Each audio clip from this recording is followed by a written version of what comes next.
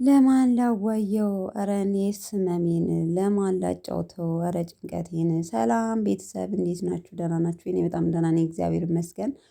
ባላችሁበት ሰላማችሁ ብዝት ይበልኝ። ጨረቃዋ ብቅ ብላለች እንደተለመደው ማለት ነው።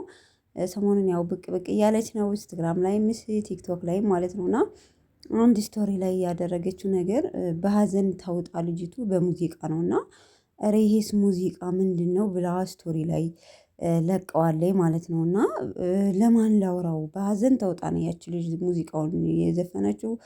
ሶ እንግዲህ ሀይሚዬ ብዙ ነገር ውስጧ እንዳለ ነው የተናገረችው። ምክንያቱም እንደነገርኳችሁ ስቶሪ ላይ የምናደርጋቸው ነገሮች ከህይወታችንም ጋር የሚሄድ ነገር ነው። እና ሀይሚዬ ምን ያህል ብትከፋ ምን ያህል እንትን ብትል ነው ያንን ሙዚቃ ስቶሪ ላይ ያደረገችው። እውነት በጣም አሳዝነኛለች። ባለሙዚቀኛዋ ቪዲዮን ክሊፑን የሰራችው ራሱ በጣም በሀዘን ተውጣ ጥቁር ልብስ ለብሳ ምናምን ነውና ለማን ላዋየው ለማን ላውራው ጭንቀቴን ሀዘኔን ውስጤን እምረዳኝ ጠፋ።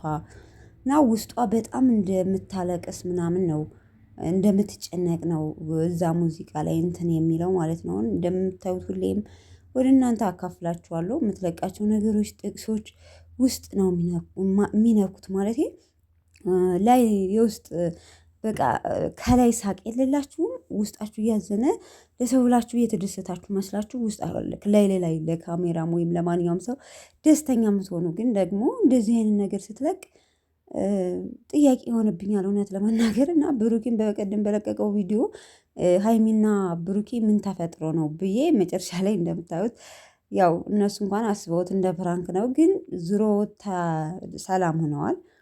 ሶ ከሰርጉም ቪዲዮ ላይ አልለቀኩትም እንጂ አይታችኋቸው ከሆነ አብረው እየጨፈሩ ነበርና ሶ ሰላም ነው ምንም ነገር የለም። ግን ከብሩኬ ጋር ያላት ሪሌሽን ብቻም ሳይሆን ከካሜራ ጀርባ ቤተሰብ ብዙ የማናወጣው ገመና ሊኖር ይችላል።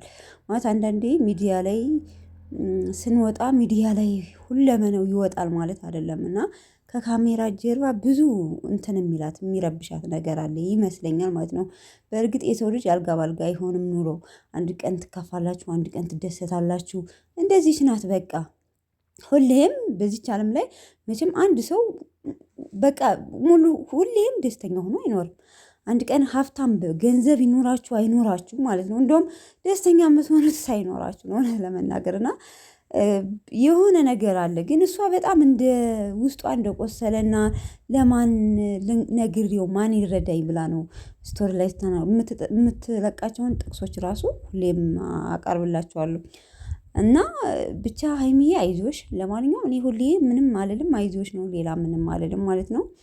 ለማንኛውም ቤተሰብ ሀይሚዬን አበረታቷት። ቪዲዮም ላይ በነገራችን ላይ ተመልካች በጣም ነው የሚወዳት። ከብሩኬ ላይ ነው ባለፈው ራሱ ብሩኬ ላይ ተረጋጋ እባክህን ሀይሚ እንደዚህ አይነት ሰው አይደለችም። ሲጀመር ልጅቱ የምታሳዝን ነገር ናት። እና ሰው አይዞሽ ሀይሚዬ ለማንኛውም ነገር አይክፋሽ። ይቺ አለም እንደዚህ ናት። የሰው ልጅ ሁሌም ደስተኛ ሆኖ አይኖርም። አይዞሽ ጨረቃዋ ነው የምለው። በተረፈ ቤተሰብ ቪዲዮን ላይክ ማድረጋችሁን አትርሱ። ብርታታችሁ አይለይ ማለት ነው። አበረታቱኝ ቤተሰቦች እወዳችኋለሁ። በሌላ ቪዲዮ እስከምንገናኝ ባላችሁበት ሰላማችሁ ይብዛልኝ። ባይ ባይ።